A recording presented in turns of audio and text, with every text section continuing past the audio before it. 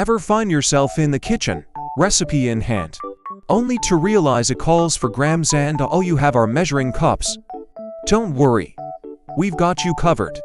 In this quick guide, we'll show you how to convert grams to cups, making your cooking and baking adventures a breeze. First, it's important to remember that a cup is a measure of volume, while a gram is a measure of weight. This means the conversion depends on the density of the material you're measuring. For example, a cup of flour weighs around 120 grams, while a cup of sugar is about 200 grams. To convert grams to cups, you need to know the density of your ingredients. A simple click on Begin within nutrition.com will save you time. Here you can use the calculator for grams top cups conversions. Once you have it, divide the number of grams by the ingredients density per cup. Voila! You now have your measurement in cups.